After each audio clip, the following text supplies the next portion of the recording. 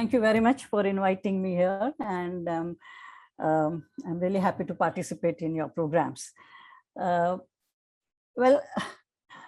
it's a little odd that we are discussing chawls today, because and in a very remote manner on Zoom, because the very essence of chawls is to be together, to have a close proximity physically and socially.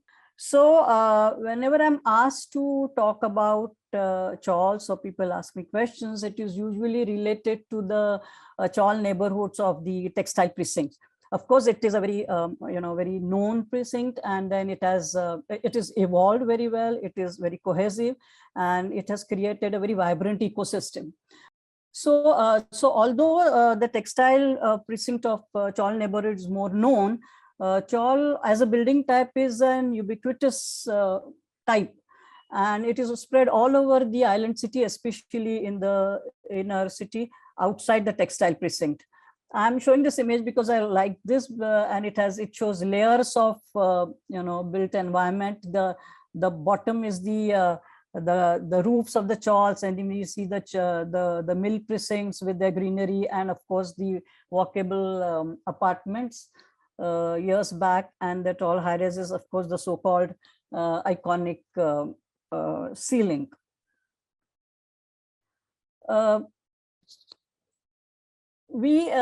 are, as I said, this typology, the chawls are spread all over, and they are, I think this you should do, yeah. So there are diverse spectrum of communities who are inhabiting here. So we'll look into a set of communities who migrated to the city for work, for education, for trading, and whatever, and then they decided to make the city their home. And all these the community precincts were quite unique with their own specificities and their solidarities of inhabitation. The specificities are class, caste, religion, language, and very importantly the place of origin, because that plays a very important role in expressing the cultures of these different communities. They are overlapped, they are intersected, but there's still a very relatively kind of a homogeneity within these groups. So this is the textile precinct. I will not start with it. I'll take it up towards the end. But at the bottom of this, just outside the fort area, we have this neighborhood of Girangaon, and Girangaon is different from Girangaon. Giran is the mill, and Gaon, of course, it's the village of the mills, whereas Girangaon, Giri is the hill, and because it is located at the foot of the Malabar Hill, it's called Girangaon. That's one of the versions. I don't know, there could be many other interpretations as well. And this is where the middle class people came in, basically the upper caste people who came in, and from Konkan. Now, interestingly, Girangaon also has migrants from Konkan area, and Girangaon also has both speak Marathi, but there is a very big class divide and caste divide. In Girangaon, you will find upper caste people who migrated for basically to educate themselves, for upward mobility, to get jobs in government offices and so on, because they didn't have a very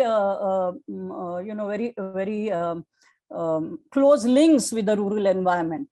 They wanted to be part of the urban life, part of modernity, to take modern education and then get jobs. Whereas Girangaon is middle caste, it's still not the lower caste, but it's the middle caste, and they have strong links with their rural background, because the economy is from agriculture, and in Konkan they are just paddy fields and so on. So they came to the city basically to make money and go back. They do not, I mean, after living here for 3 generations, then still they are not sure whether they are part of the city or they are part of their own villages. So this is a difference, and this stark class difference between Girangaon and Girangaon who came from the same region, who spoke the same language, who belonged to the same religion, is always there. And there is a lot of negative image created in these Marathi middle class minds. I mean, I remember I stayed close to Girangaon, and my aunt used to stay at Dadar, and I was always told not to take the bus route which will go through this Parel Lalbagh area, but to take the route which would go via Cadell Road and so on. So, and these two communities did come together only during and transcended their caste and class barriers only during the nationalist movement, the independence movement, so whenever there was some agitation, and of course during the linguistic movement of Sanyukta Maharashtra. There is the next to it and immediately north of Fort is the Kalba Devi and Buleshwar area, and then above that is the Bandi Bazar, Dongri, and so on. And that is where we find the migrants who came from Kutch, from Gujarat, from Rajasthan, for basically trading in cotton and the trading activities which are related to port. They were Hindus and Muslims. So again, they spoke, although they spoke the same language, the religion was different and they were completely segregated. And the last pocket which I'm going to show is of Nagpada, Kumbarwada, Kamathipura, and so on, where people, people from impoverished areas of Maharashtra and beyond Maharashtra, other parts of the country, they came in just for survival.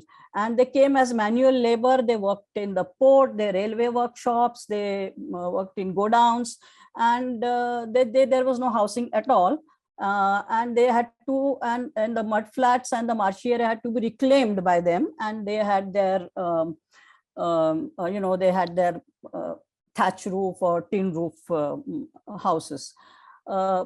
In our book of Chawls, Ramdev Dhasal, who's a very well-known, late Ramdev Dhasal, very well-known poet and writer, a Dalit writer, who has written an excellent piece on this area. Usually nobody goes in these areas and not sure of this, but he has he is very vivid narrative. In case we get time, I would just like to read some portions of that. Okay, now because this trading area and Girangaon area was very close to Fort, and most of you are quite aware of the history of Mumbai. But just to remind you that this was very, in the fort only 1% of population lived, and they were mostly Europeans, whereas in these so-called native areas, which were immediately north of fort, you had, nearly 40% of population lived, very congested, very high density, and the death rate was also 4 to 5 times the rate of fort area. The colonial government was not interested in creating housing for people at all, because whatever space was available, it was to be utilized for capital accumulation. Yeah, so we have talked, there were different aspirations of people who came either for basically for upward mobility as far as these trading class and the middle class were concerned, but for working classes, they just wanted to survive and be able to go back to their villages. This map is I have made this based on Meera Kosambi's book. That's where she gives different community list of different communities related to different locations, which is very important. So the communities which like Jews, Chinese, or the Siddhis or Kamathis, most of them kind of lived in the central part, not in these regions. Of course, some were there in B ward and South ward as well. Go ahead. Now we start with this chawls. The form of the chawl, most of you in the city have seen it all over. This was very basic. It is called the Baithi chawl, and this is in Ghodabdev near Bhaikhara. Another type is a higher floors. This is ground plus 3, and then you can see the how the identity of this chawl is expressed through this same color lanterns. This is a more evolved chawl. It has you can see it's a U-shaped chawl with a good community area, and the galleries which were which are very active. Now these who were building this chawl, so that this development and ownership had three sources. One was privately owned chawls, which were basically for investment and for steady income. So these were built in. I mean, mostly the building of the chawl started in Girangaon because there were orchards here.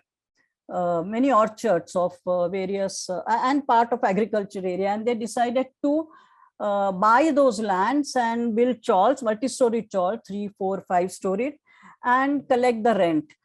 So it was investment. Sometimes they would want to stay. These people who had made money out of opium and cotton trade, and from trading communities, Banyas, Bhatiyas, Muslims, traders. So they built these chawls, and but after the Rent Control Act, of course, their income reduced drastically, and they lost interest in maintaining the chawls, and they've become dilapidated now. And nearly, I think, almost 15,000 chawls are privately owned.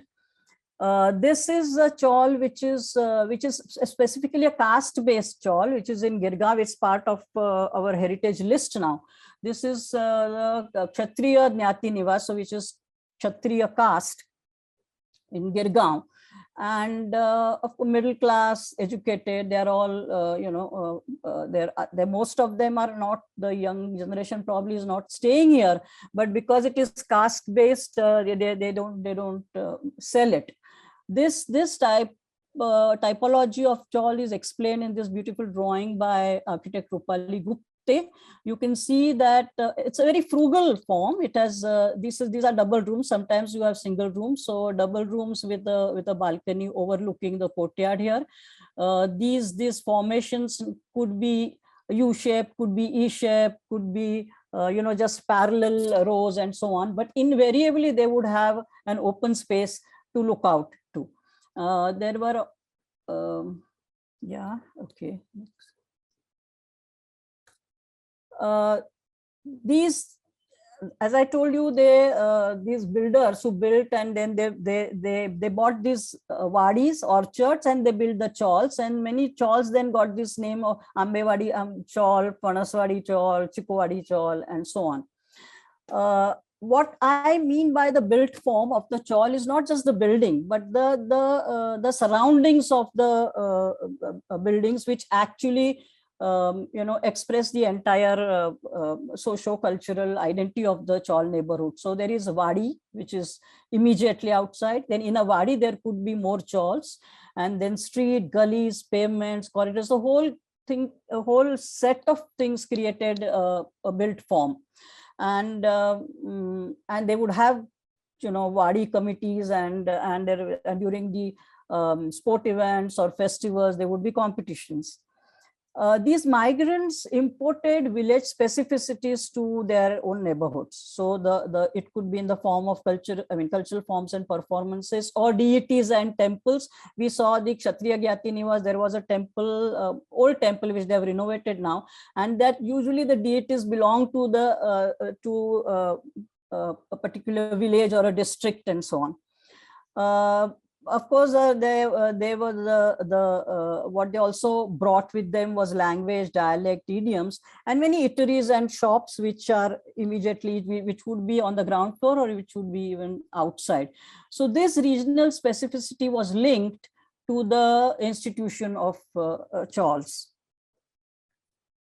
This is an image of the trading area, Kalabadivi, Bhuleshwar, and that area, and you will see these chawls are actually quite very similar behind these facades, but on the surface there is a different kind of expression. It's the regional expression.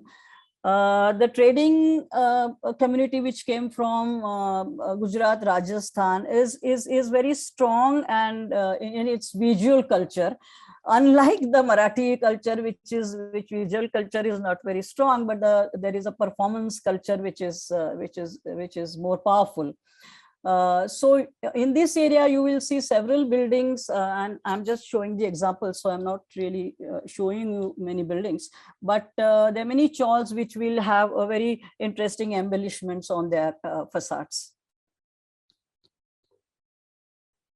This is Kamatipura, which has a different context. But the Telugu people from Telangana, Andhra Pradesh, they came as construction workers. I'm not showing the chawls, but I'm showing the images of their cultural institutions. These are temples and their Jnati hall and a mandir and so on. And it is so I was quite surprised to see this in Kamatipura and Barwada, because we associated these only with Buleshwar areas like Madhabagh and so on. This is a very well-known chawl called Pannalal chawl. It is directly facing very close to the Grand Road station and facing the main bridge. This is quite a typical facade, and you can see these intricate cast iron railings and these weather shades here, and there's continuous balconies. Interestingly, these railings were also used as a unit of measurement for the people to sleep, which means they would count probably, okay, from this railing to that railing, about 10 bars would be my bedding space, and the other person's bedding space would be further away, and so on. At the bottom, it's not a very good photograph, but at the bottom, this is Atmaram chawl in Girangaon, very beautifully carved these major elements of the chawl. But this is called Atmaram chawl, but majority of occupants are Catholics, because there is in the street there is a church. Now, when we talked about the builders or the owners of these chawls, they came from different regions, and probably some of them were very conscious of the urban settings. So you will find that this is part of Pannalal chawl, which you saw, and look at these chhatris and the minarets and so on, which are constructed. But this is an old photographs. I think this doesn't exist anymore. It probably is very difficult to maintain this. So this is in a kind of a rich trading area. But this is Anandji Ladha chawl is at Lalbagh. It's a very important node connecting the main Babasaheb Ambedkar road, the road which comes from Bhaikhala and from Satrasta. So this is an important road, and probably the builder wanted this kind of a very very rich urban response. So you have all these classical Corinthian columns and pediments and everything, but inside it is absolutely just one room, and they are in absolutely dilapidated conditions. I mean, we went there about 2-3 years ago, and but still there were, interestingly, there are people who still want to buy with pagdi the chawl tenements, and they're mainly from the trading class who have, so the people who have shops in this area would still want to buy this, probably with an eye on the redevelopment. And but the people who are right now who are staying, the original people needed the money, so they are selling them to this the new community which is coming in.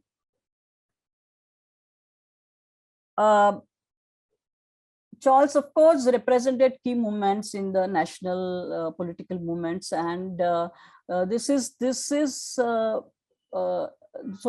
the political movements, especially the left movements of Communist Trade Union and the right-wing movements of Shiv Sena, both originated and were nurtured in the chawl neighborhoods of Girangaon, as well as sorry, not Girangaon at all. So Girangaon was absolutely opposed to the Communist Trade Union.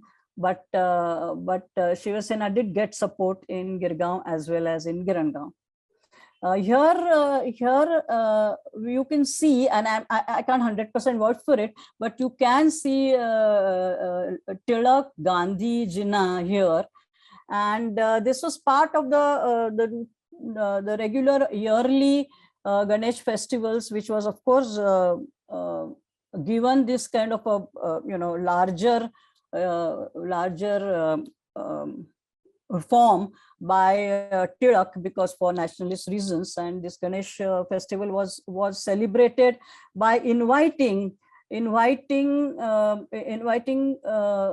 speakers from the literary world, from political world, and there would be various debates. And this is not only in the educated middle class Girgaon area, but also in the Girangaon. Now, when we see this chawls from, say, gender lens, we of course know that these chawls were built by men and they were meant for men, single men. Now, when the women came there or the families came in, it was really a harsh scenario for them.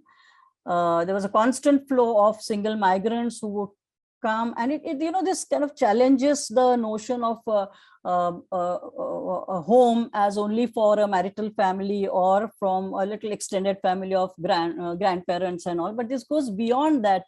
Their strong affinity, and I'm talking of Girgaon. I mean, Girangaon, though it is altogether very dense flow of migrants, but even in Girangaon chawls, there were some relatives or somebody would come and stay for education, for a job, and then that person would leave and another person will come. So this was not very easy for the family and for the women, and their hygiene and privacy were jeopardized. When we were talking to these women, it was very hard during the menstruation time, and the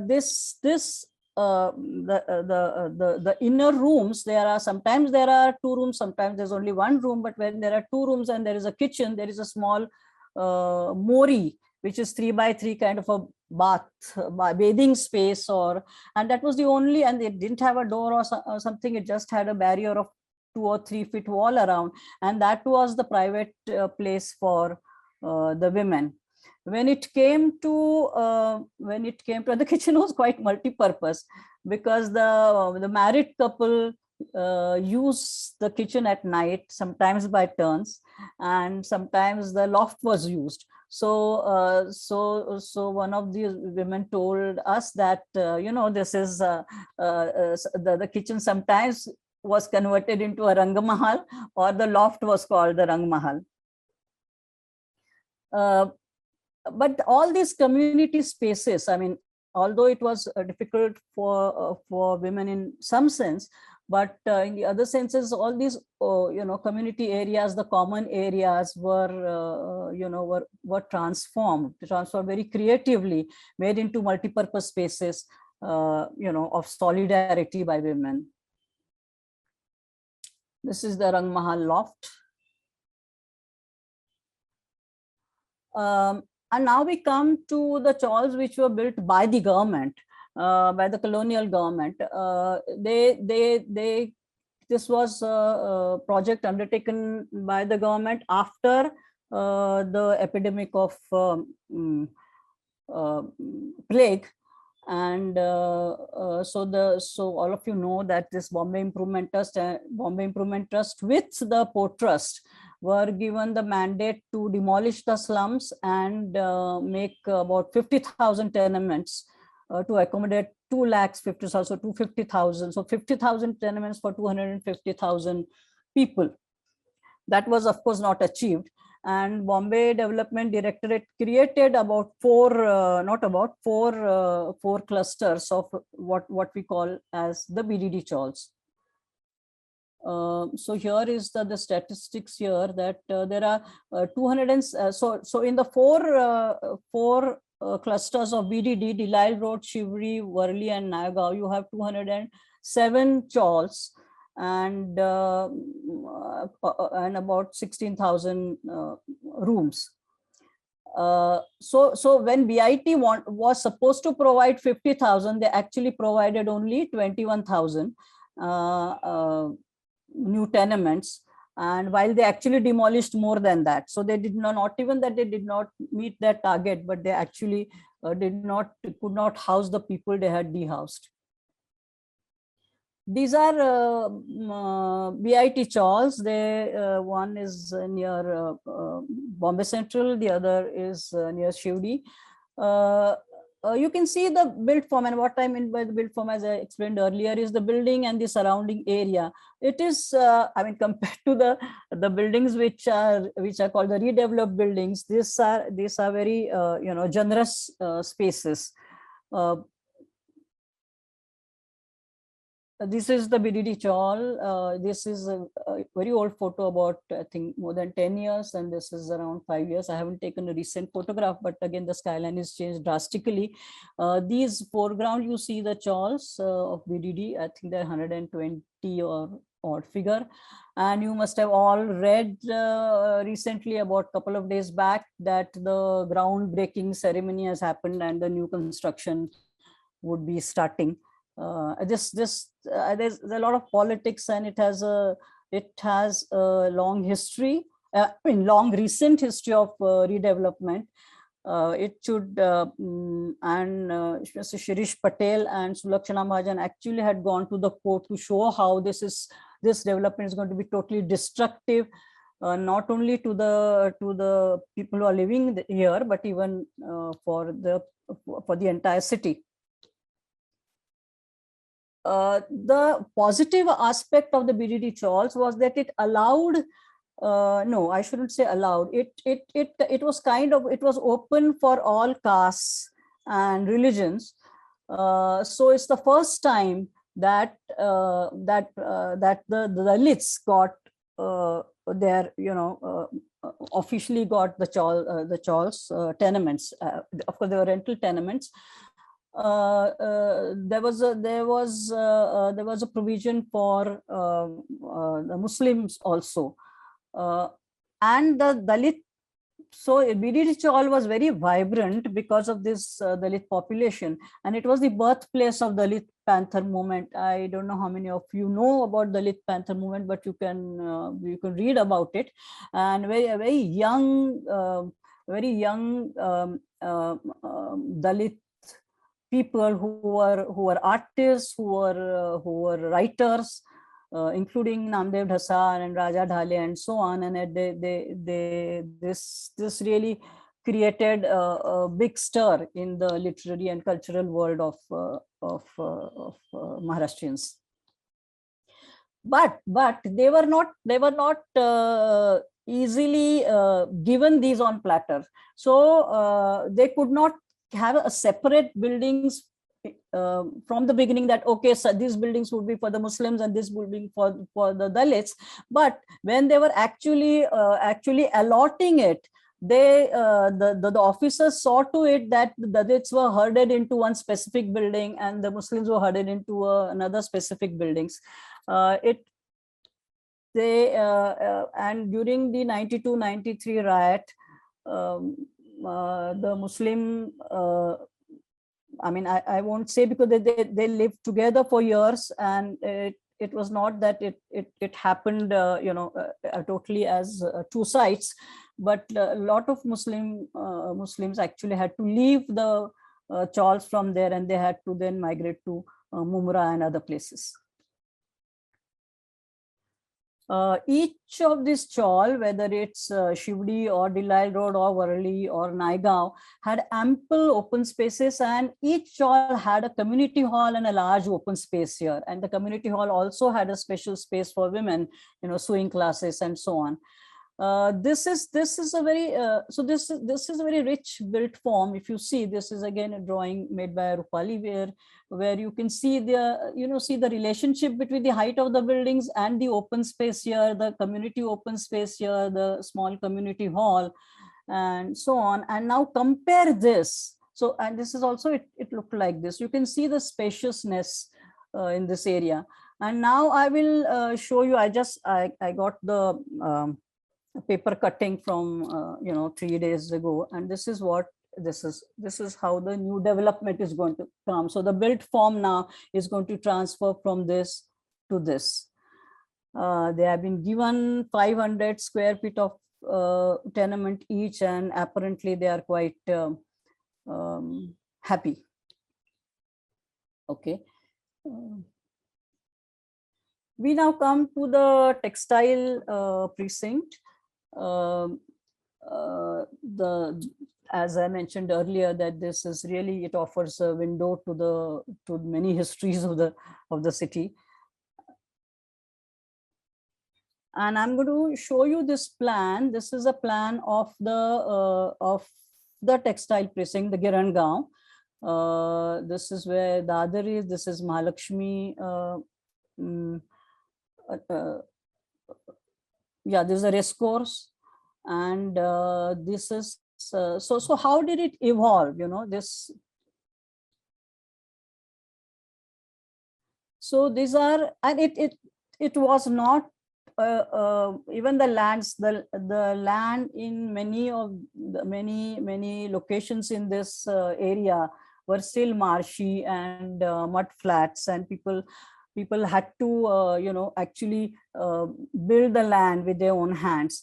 In the I think 1898 census, it's given that when there were about 70 odd textile mills here, people still lived in there were 100,000 people actually sleeping on the pavements. But after the mills came up, and then slowly you can imagine this rich network of the transport network which has emerged here. And this is all because of this the chawl neighborhood coming up. The more than, you can imagine, 250,000 workers multiplied by their family members, adding to all the infrastructural population, really created a very dense neighborhood. You can see here these are the BDD chawls here, locations of BDD chawls, again all within this textile precinct. And what we have mapped as the hospitals, very, like KEM, Wadia and all, excellent public hospitals. The schools, the various mandals, the Ganpati mandals, the Gaukari mandals are all mapped here. And there are lots of small green pockets, because most of the chawls were built around a courtyard, and those courtyards are not even seen here. But in addition, there were many small and big. So it's instead of having large grounds like Mahalakshmi race course, these smaller playgrounds scattered all over made more sense, and it added to the whole ecosystem. This is the blue area is completely the chawl neighborhoods here. And imagine now this entire richly developed area in terms of infrastructure is offered on platter to the people who are now gentrifying this area. Some of you, I don't know whether you have got a glimpse of the mills, perhaps not. So I thought I'll just take you through couple of slides which you can see how the skyline of the city was. And these are not very old photographs, probably just 10 years old or something like that. But so this is a mill here. This is the neighborhood, and this is a cluster of chawls called Tezukaya chawls. Tezukaya chawl boasted of 100% membership to the left trade union, and I'll talk about it later again. And there's a mill, India United Mill here.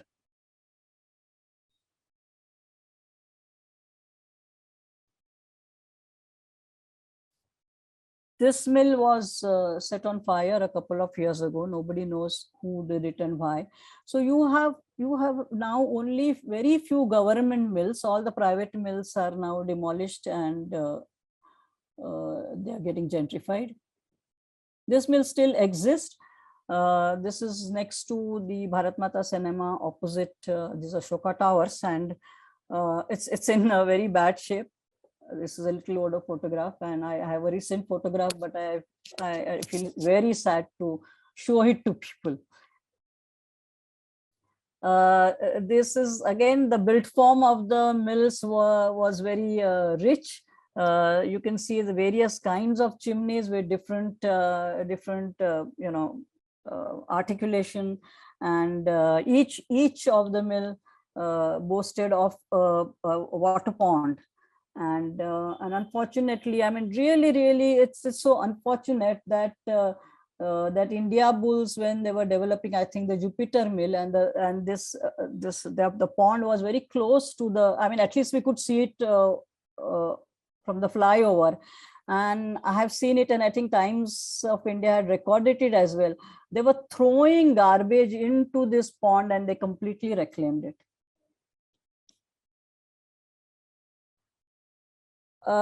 This is the formation of this, or shaping of this neighborhood.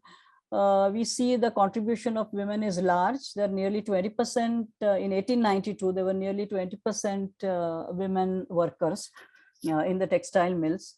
And in 1930s, 2/3 of city's labor was employed in textile mills.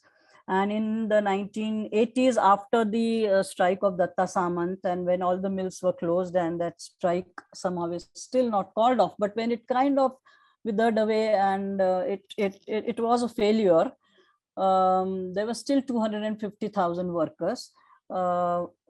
Some of the workers went back when some mills started, but most of the mill owners by then had decided that there is much more profit in closing down the mills than running them. And then a different phase of agitation started. It started like it was the Girni Kamgar Sangharsh Union immediately first started the agitation to start the mills, and then it kind of connected the issue of the mill to the neighborhood, and that happened through the development of the first gentrification of the mill, the Phoenix mill. Okay, just going a little back here, where talking about the demography of the workers. I mean, how did they get the jobs? So there was a system of jobbers. Each mill had a certain number of jobbers, and the mill owners did not. They sent these jobbers to recruit workers to various villages, and these jobbers would get the fleet of workers who belong to maybe one village or one district, or of a certain subcaste or caste, and so on. And then they were allotting, and they were also taking care of housing them in the respective chawls. This way, the mill owners were quite away from the nitty-gritty of the employment and several other issues related with workers. As far as, okay, I forgot to tell you that as far as these the people who built the chawls and the collection was rent was concerned, the agency was Pathans. So the Pathans were sent to the chawls to collect the rent and threatening the workers. But it was also a different kind of relationship with the Pathans, because the workers were always short of money. And whenever it came to their needs, they would borrow money from the same Pathans who would threaten them to collect the rents. These so when people slept outside the mills, they were they went in, and the mill owners arranged for the provision of barbers, toilets, tea, but no food was provided.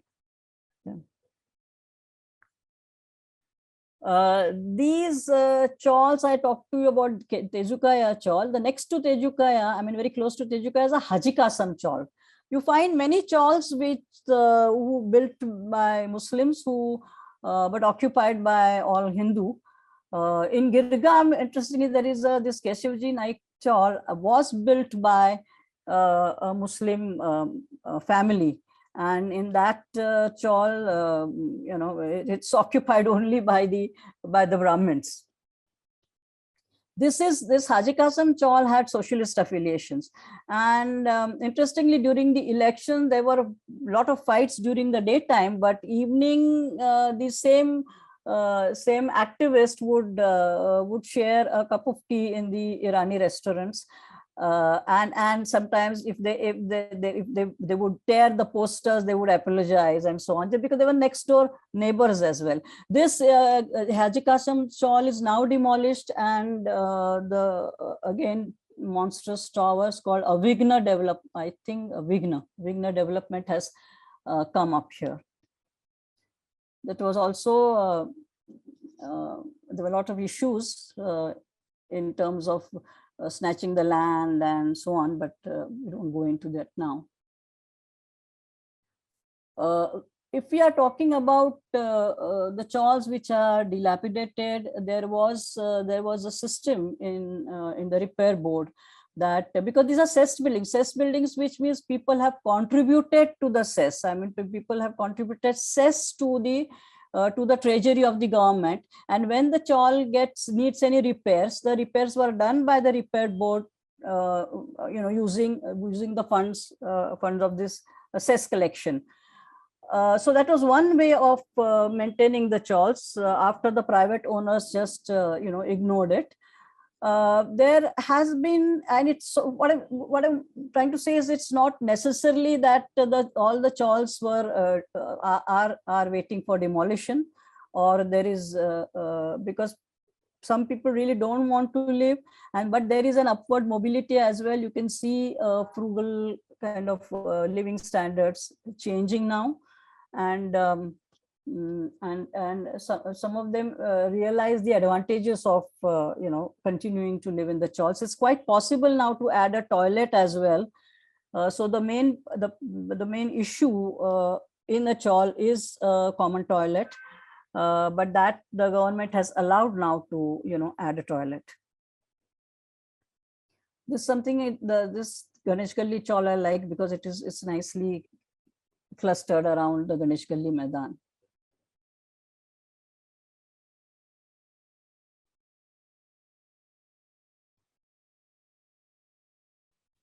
Sorry. Yeah, these are just the spaces used. There are the most vibrant part of the chawl neighborhoods are these institutions. Apart from, of course, the politically very, all of them were politically very active in the trade unions, culturally very active. The political ideology would be expressed through their cultural forms. But these institutions called Gaukari Mandals are the village committees. Then there are galas or dormitories, then the chawl committees, and the Khanawal, which is the private dining spaces. And they emerged as a creative response to this community-based migration pattern. But they fitted within the framework of caste, kinship, and village connections, which was very important. So dormitories would be for a group of gaonwalas. And so this is a Gaukari Mandal, and which acted like these are all very multi-layered institutions which compensated for the voids, the social, cultural, financial voids created by really minimal abysmal conditions in the overall textile neighborhood. So as the community took roots, these institutions came all over, and it enriched the character of the neighborhood. So they compensated for the family ties. I mean, when single migrants came in, and they provided platform for creative activities. So you can see the glimpse of it. There would be bhajani mandals of a chawl. So again, inter-chawl competitions of bhajan, of lejim. I don't know whether you know lejims. I forgot the English word for that. There would be skits, there would be rangoli competitions, and small theatrical performances as well. So they rented these village Gaukari Mandals rented rooms, and the rooms were given to the single migrants.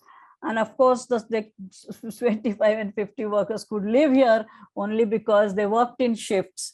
And these 3 shifts, and we have an oral narrative, very elaborate oral narrative to explain us the cycle of sleeping, waiting outside, using the pavement, sleeping on the pavement. So it was this whole the space immediately outside the chawls also was part of the chawls.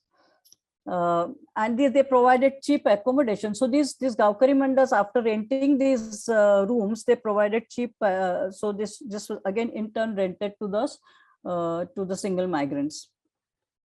Another very special institute was the Institute of Khanawal. This emerged as it was a king community, again, as I said, based migration pattern, which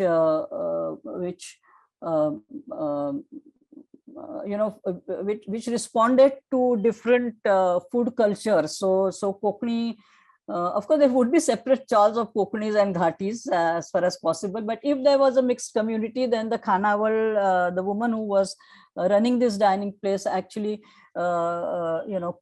cooked, meat for people from Ghat and fish for people from Konkan, and it became a very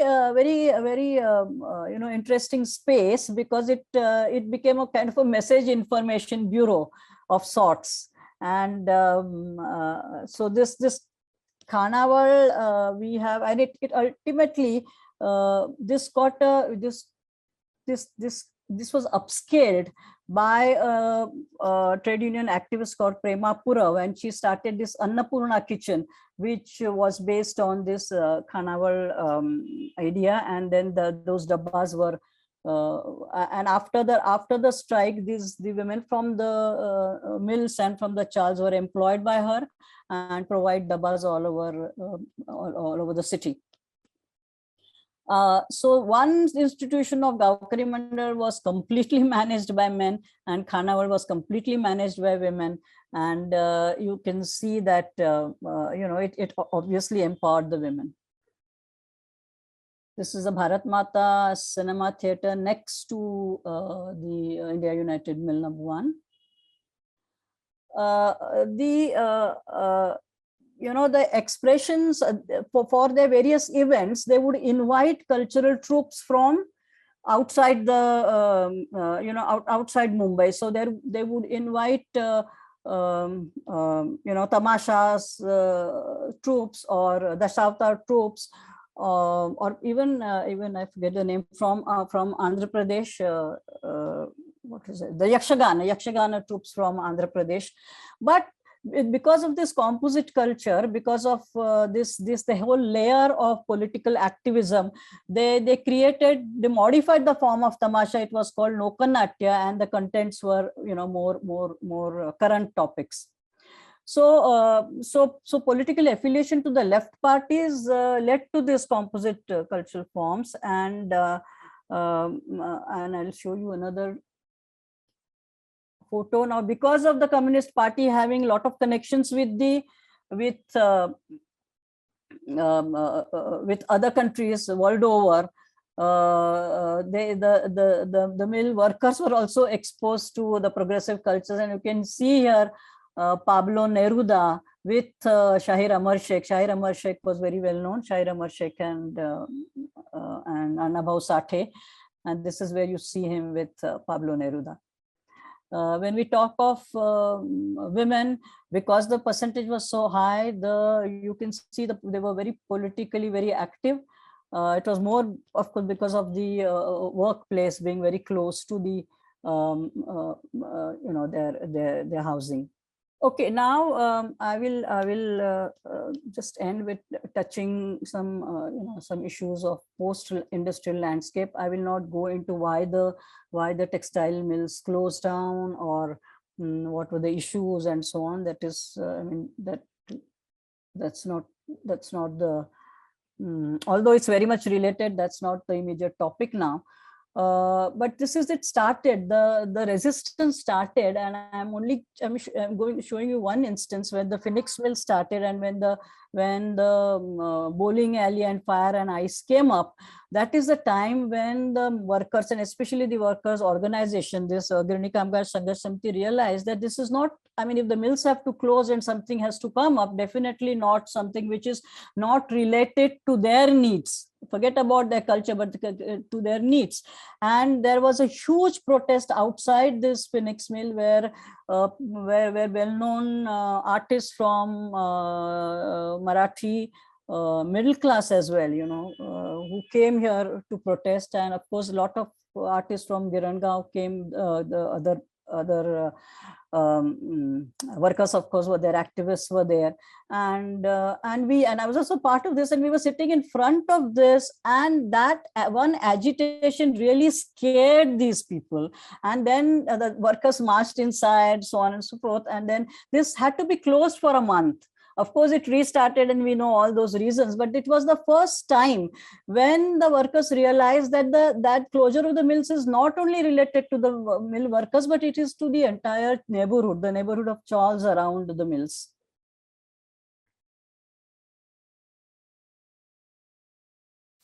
There was, of course, there were many agitations, which you can see here, agitation for housing. And just lastly, I'll touch this point about the regulations which came up in 1991, and Charles Correa Committee was also part of it. That in 1991, they said the entire mill land would be divided into 3 parts. One part would go to the mill owners. The one part will go for the housing, which MHADA will build, and affordable housing, public housing, and the last 1/3 would go for open spaces and amenities. This was, of course, not acceptable to the workers because they did not want the mills to close. But subsequently, looking back, it's felt that probably that should have been vehemently supported because the scenario now is much worse. But so of course the mill owners were completely opposed to sharing the 2/3, although the entire buildable area was going to be loaded on their share of 1/3 land, but they just did not do it. They tried everything and succeeded, and that rule was changed, and that 1/3 sharing has come down to 1/8 or 1/10. So the city doesn't have open spaces, and the city will not have that kind of housing. But there were many environmental groups who were also part of this agitation. I mean, first time the entire spectrum of the civil society came to fight for the city. But after the court case was lost in the Supreme Court, the middle class activists also lost their interest.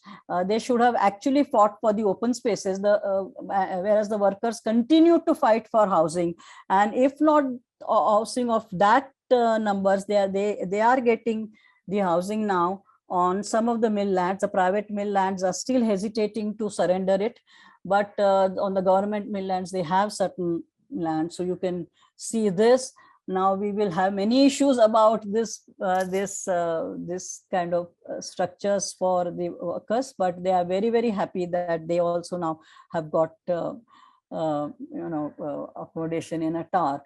But if you see the redevelopment, I mean, it's so harsh and inhuman. Years ago, when one of the Tejukaya building was demolished, this was replaced by a MHADA building, and we all criticized that. But now you see the Jupiter, the India Bulls, I think it's India Bulls image here, and they are giving the workers this kind of redevelopment. So if we enlarge this, you will see this. So the built form which you saw in BDD Chawls or all over the city, with courtyards and open spaces and galleries and so on, is reduced to this. And this is at least 10 storied. Now you are allowed to go to up to 25 storied as well. And then you can see how the health and hygiene can be jeopardized in this kind of development. and this is, of course, this I will not go into this, but basically what I mean, after the pandemic, what is felt now is that Girangaon Chawls, or even Middle, but mainly Girangaon Chawls, have really challenged and expanded the notion of home. So home cannot be only a tenement. The home is expanded to these courtyards, galleries, pavements, as well as these very important institutions, these galas, the single men dormitories, and the diverse composition of the residences, the community kitchens called Khanawal, and this is but this is what we are getting. And when I showed you the BDD redevelopment, you saw what kind of built form we would be getting. And so pandemic has taught us that this unit of redevelopment is should not go by tenement. I mean, it's really challenged this notion that one tenement could be the unit, but it is the entire entire infrastructure around it, that the community infrastructure around it is very important. So probably the unit should be a community cluster and not a single tenement. So whenever there is redevelopment, they have to take care of all these other facilities as well. So I'll end here. I'm not showing you other redevelopment projects because the time is up. But let me just tell you that it is this talking about chawls in such a such a font with warmth and compassion and admiration. But it is not about nostalgia, romanticizing the past. Instead, it is about looking to the future and questioning the uncertainty of the current models, because it's really, really scary. And what we are getting it, and if the city skyline is going to be like this, we will have to do something right now. Okay, thank you very much. Thank you so much for that talk, and a lot of compliments coming into the chat box. My God. There are quite a few questions as well, so shall I go to that? Yeah, please. All right. So first one is from Adil. Can you talk something about the Parsi chawls opposite Crawford Market? Yeah, actually, I wanted to apologize, because when I selected these communities which came from outside, Parsi chawls are also very important, but they basically are from the city, and it's a privileged class, and it's very, very homogeneous, and they're community based. So I didn't include them, and I have not really studied it very well in terms of this, especially the various institutions. I definitely know that they had these sanatoria which took care of, or which still take care of, homeless and senior citizens. So you are asking me about the Parsi chawls opposite Crawford Market? Yeah, that's the one. No, I don't think I can contribute much. Okay. No worries. I'll move on to the next one. So Bharat has a question. You mentioned that many of the chawls in Girangaon, they are caste-based chawls. So you have a lot of Brahmin-dominated chawls in Girangaon and Dadar, but they are owned by Muslims. So how was this possible when these enclaves were so community-based? Didn't the families mind staying in? Yeah, the communities or the tenants didn't have a say. I mean, they were not part of construction or ownership. It was not an ownership. The traders, whether Muslims or Hindus, they purely constructed these chawls not to create housing, but because there was a market, and it was purely for their own investment and benefit which came out of the rents. So the chawls were ready, and these people moved in, and I don't think that time it was it was not ready. See, and then there was no risk, because sorry, I'm using the word risk, but bias, not bias, because the tenants were not chosen by the builder. Yeah. people probably had as a group, but the segregation was always there. As I mentioned, in the trading class which came from Gujarat spoke the same language, but there is a division very close. Muhammad Ali Road, one side you see Kalbadwi, Buleshwar, immediately on the other side you have Bhendi Bazaar and Dongri and so on.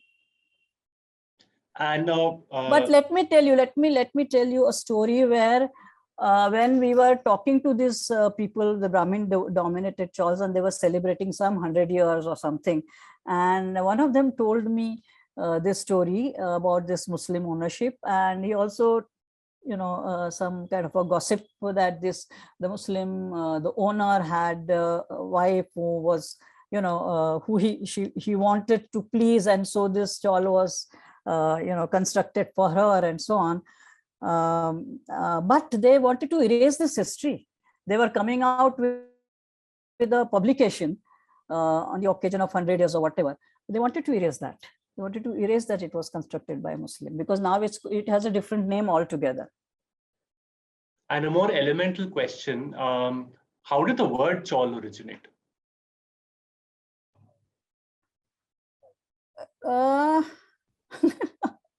It could be perhaps the nearest is a chawl is a the anklet.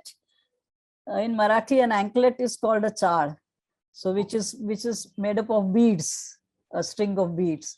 So that could be, but it's not. We also tried to, when we were doing this book on chawl, we also tried to find out, but we really didn't get a specific. Even dictionaries were not of much help. But basically, it's a linear chawl. Chawl suggests something that suggests a linearity. Okay. And as a form of low-cost housing, when did this concept of chawl start falling out of favor when it came to the authorities?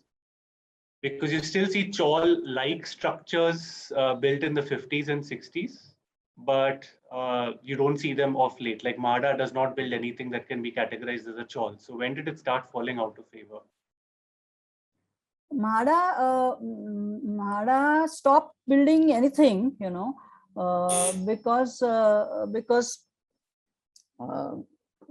because they found it better to sell it to the developers and give it to for developing. But MHADA's own housing has 3 or 4 types. It has a chawl type as well. I mean, in Bhaikhala, I specifically know these chawls of MHADA in Bhaikhala, which have this, but it doesn't have that kind of a form. This is all RCC, and so it's a quite a closed kind of a structure. But yes, they did build chawls, but they also built one bedroom hall kitchen and 2 bedroom hall kitchens and so on. So there were 3 types which were constructed by MHADA. So it's not that they stopped constructing only the chawl; they stopped creating any housing on their own. Moving on to the next question. Please, next one. So Isa wants to know what can be dated as the first chawl in Bombay.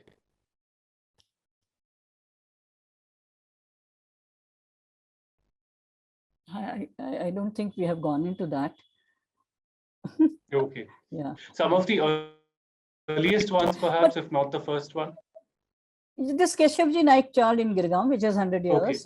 Okay. And, but if you see, if you can go around and actually check the year written there, you may find them. But there would be. No, I think if at all, it could be in Bhendi Bazaar or that areas, because they were the earlier migrants. The trading community came first, before the middle class community. Yeah, but definitely more than 100 years back. I don't think, but because this was a big event of celebrating 100 years of this chawl. So probably not many are older than that as of now. And an interesting one from Arun. When the chawls were so generous when it came to large open spaces, why were the living spaces so small? Because the builder, very good question, because Rajnaran Chandavakar has commented on that. that the only objective of these builders was to build minimum, minimum built areas. The other open areas and all are okay, but the built areas had to be kept to minimum. And therefore it was also, they felt that they don't need it. And the more the number of tenements, the more rent they would get. So it's not only in terms of area built, but the tenement. They needed to increase the tenement. Therefore, smaller areas would increase the number of people who would pay them rent.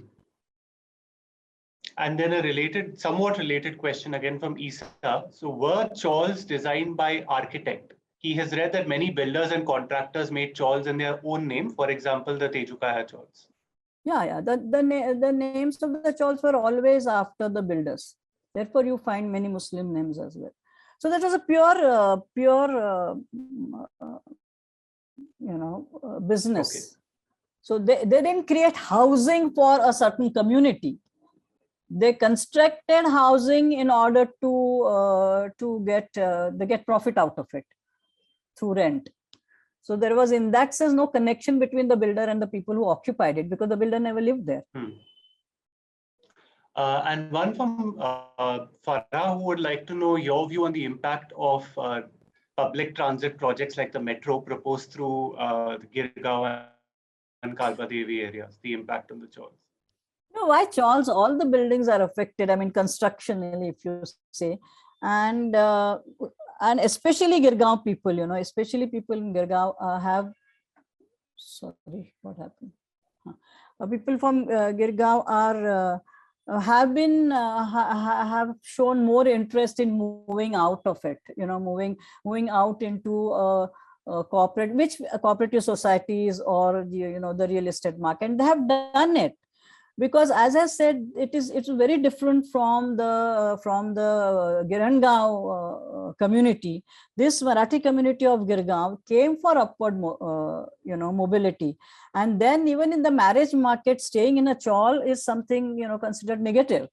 So it's not very easy to get a girl who wants to stay in a chawl. This is what the recent. Yes. I have a friend who faced the same dilemma, and they decided to move out because rishta nahi aa raha tha koi. But it is still, and as I said, it's not impossible to make alterations in the chawls. Yeah. If you really want to live in the chawls, yeah.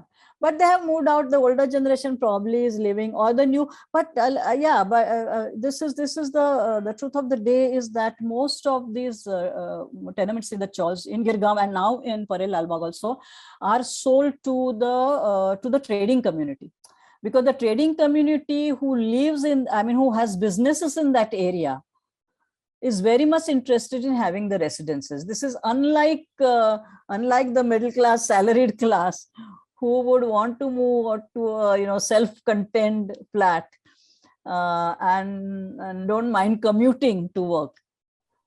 Of course, it's also because of the timings of the business. The business community will work morning and evening, probably afternoon they will not work, and so it's very important to have the place of residence very close to the place of work. And traditionally they did have that in Kalbadevi, Bhuleshwari, and all the otlas on the ground floor were occupied for businesses by the people who are living in the chawls above. Okay. Two questions from Sunita Dalvi. One, are chawls being documented in the sense of architectural measure drawings? And also in your studies, did you see any differentiation between chawls built for working classes versus those built for middle classes in their spatial planning? Okay, I don't know if anybody is documenting and doing measure drawings. I really don't know. Do you know anyone? Any school or any organization, or whether Khaki is interested in doing that? Okay, the second question was, what was the difference between, see that type did not change, which means the single room or double room with galleries on one side or two sides and opening onto either courtyard or the street. That has not changed, whether in Girangaon or Girangaon. Sizes, of course, the size sometimes is only one room without the kitchen, so one room and a mori within, or there is if there is one room and kitchen, the sizes are very small. So it depended upon the rent paying capacity of that community. There were few, of course, whatever they spent additionally, as I showed you some images, was on the frontage. Okay. So, but that was very few. Most of them had a very clear-cut kind of a form. Okay. To the previous question, actually, Isa has replied saying that they did that for Rizvi College, and also it's documented in the Name of Housing book by Sameep Padora and UDRI. Oh, all the chawls? I know they were doing it, but I don't know whether it is. I mean, how did they choose? Isa, if I can request you to unmute yourself and briefly share this. Isa, are you there?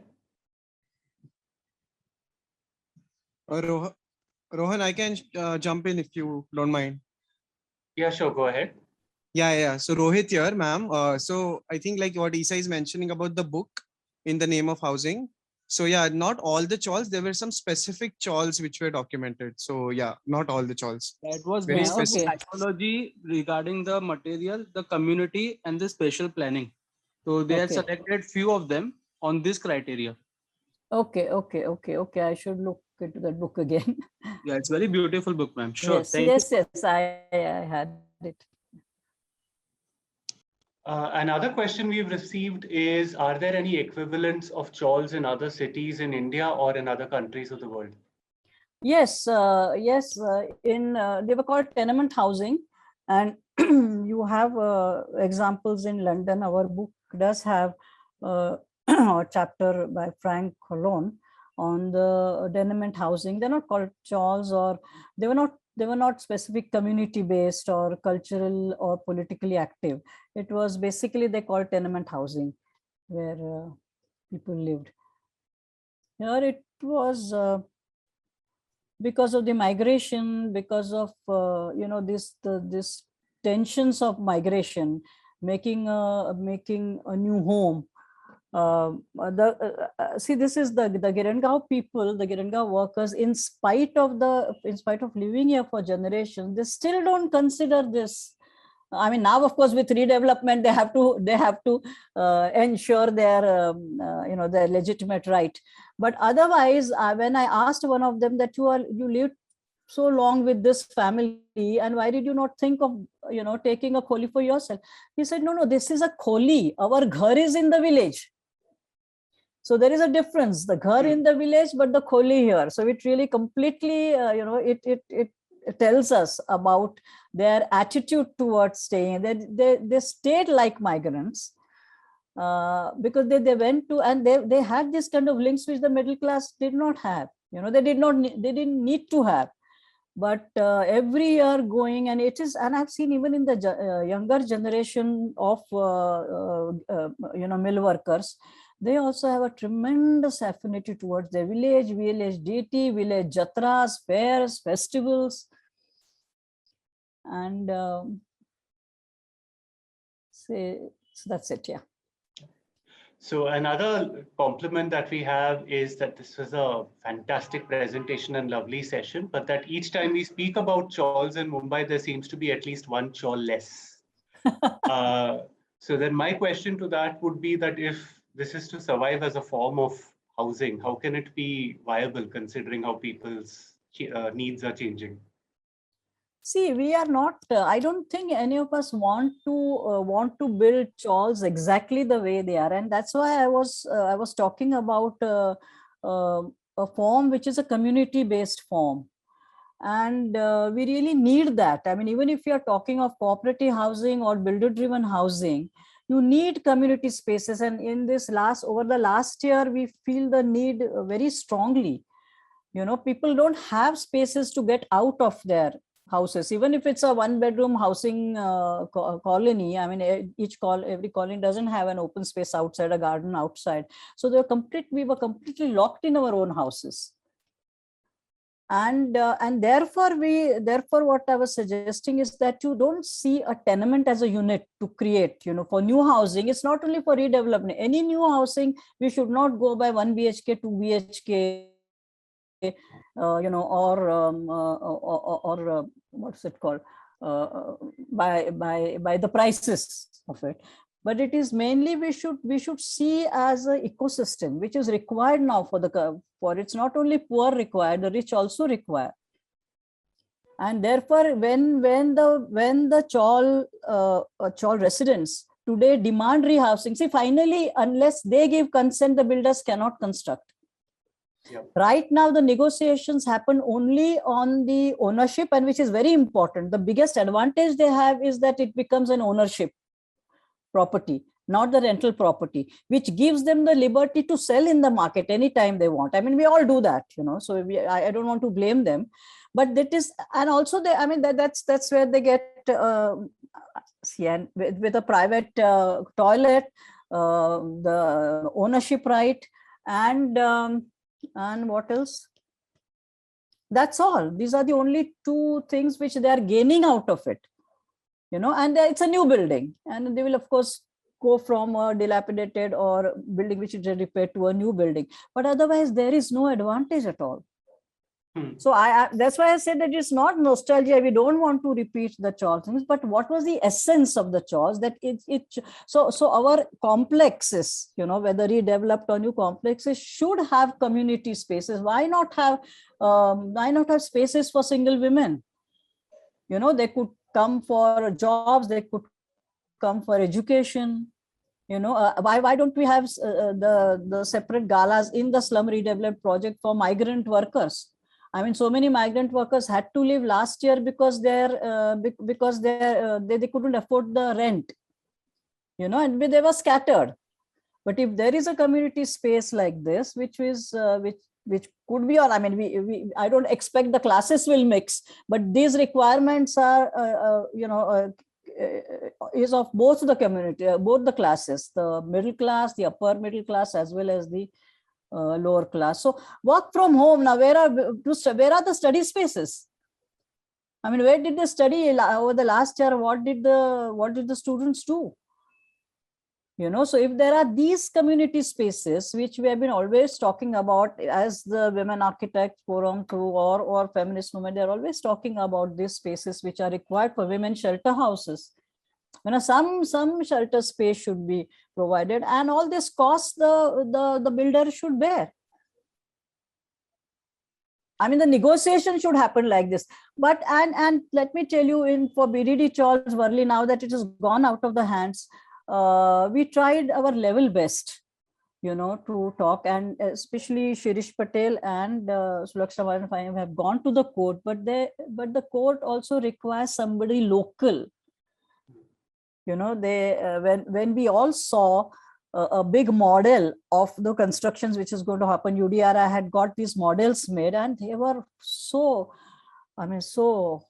we were horrified that this is the kind of development which we are going to see in place of the Chawls. And it's again not to do with nostalgia, but where is the infrastructure? Where is the what is going to be their social life? And we are almost almost at 7:30. So just one final question. Yes.